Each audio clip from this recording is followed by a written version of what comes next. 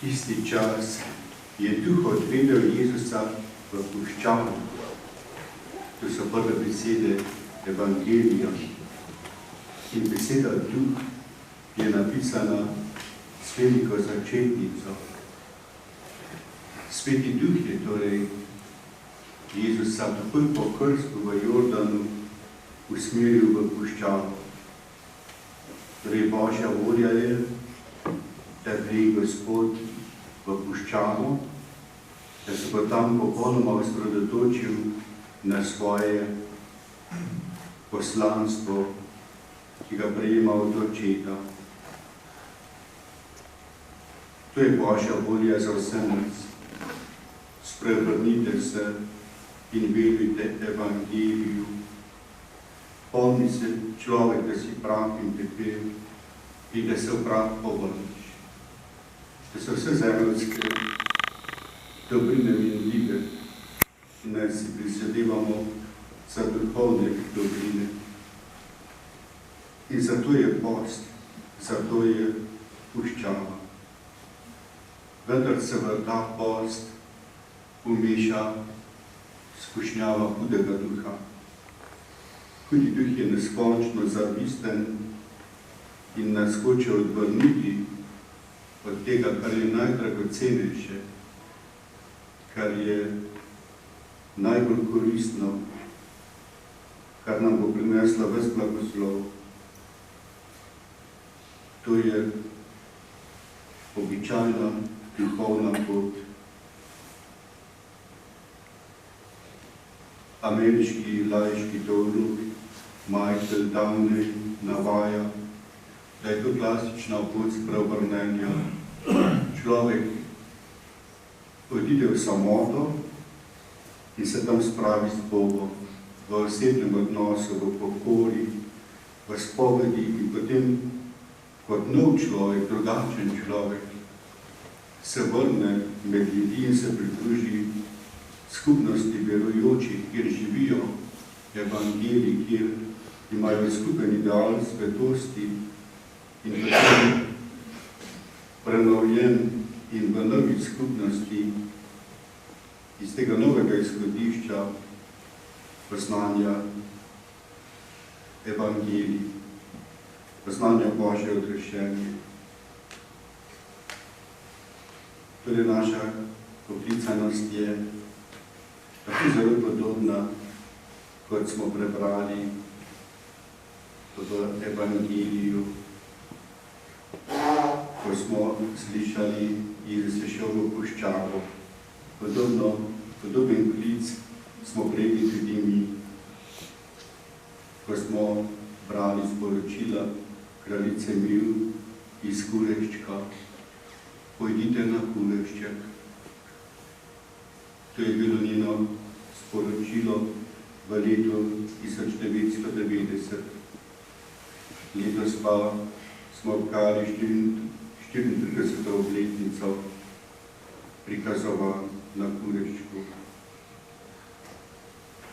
In naslednja sporočila, tu bo milostni kraj ozdravljanja, dušnih in telesnih, ran bolezni, kraj milosti in sprave. In potem v decembru istega leta, zakaj puščate mene in moja sporočila v skritosti? Podobna je naša poklicanost v našem okolju, v tem času, da bi se resnično močno povezali z Bogom in potem njega poznanjali. Postna spodbuda Slovenske Karitas je vir veselja in povezanosti, podobno kot so druge spodbude posta, tudi opozarja na skušnjavo, da človek uživa razne substance, da bi se oživil in okrepil, da hoče povečati moč svojemu telesu in tudi svojemu razpoloženju, namesto da bi reševal probleme, ki so v odnosih in načinu življenja. da bi se vzeli več časa za pristne odnose, za dobrodelnost, pa tudi počitek in molitev o Božji besedi. In druga skušnjava, poleg hrane, bi lahko rekli pijače, so zasloni. Zasloni nas zapirajo za odnose, da se zapiramo v svoj svet nedejavnosti, sebičnosti in ločenosti od drugih. Torej, pomembno je, da zares hodimo to pot. Vsa današnja Božja beseda govori o krstu, o vodi, o zavezi z Bogom, tako po vesolnem potoku, ko je Bog vzpostavil zavezo z vsem stvarstvom in v drugem delu, kot smo slišali po apostolu Pavlu, da je voda znamenje Svetega Duha, ki nas očisti in prenovi. Presenetljivo je, da je Jezus po krstu šel še bolj v globino in dejavnost. Praksa v naši cerkvi pa je pogostokrat ravno obratna, da se goreče pripravljamo na sakrament, potem pa vse pustimo iz rok. Tukaj nekaj ni v redu. Naj bi se v sakramentu resnično srečali z Bogom in nas najbolj v sreči in naj bi se tega zavedali.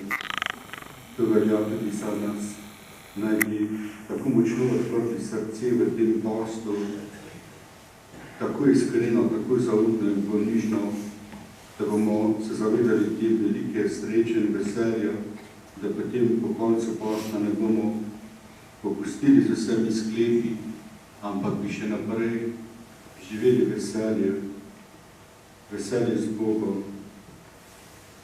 Torej, to je namen posta, da bi doživeli resnično odrešenje. To je tudi resnica in to je tudi prava ponižnost, ker je Bog resnično dober in naša duša, naše srce, ki to ni po Bogu, potem smo resnično lahko v postu bolj srečni. In če se vsem grešnim in nepotrebnim stvarim odpovedujemo zaradi Boga, zato da bi se v molitvi z njim srečali, potem je to resnično tisto, kar potrebujemo. Nauk vere je, da je nemogoče, da bi v skušnjavi padli, če smo bili resnično ponižni, če smo resnično vse zaupali Bogu, če smo bili dovolj ponižni in iskreni in smo vse, kar doživljamo, znali Bogu izročiti. Torej je to samo znamenje, da nismo še vsega izročili, če v skušnjavi spet pademo. In to je izkušnja, da nas Gospod sam najbolj sreči. Če bomo tako ponižni, da bomo resnično s njim povezani, bomo zmogli biti veseli pričevalci Boga in njegovega odrešenja in čudežev, ki jih dela tudi tukaj na pomočku za nas. Izpovejmo vero.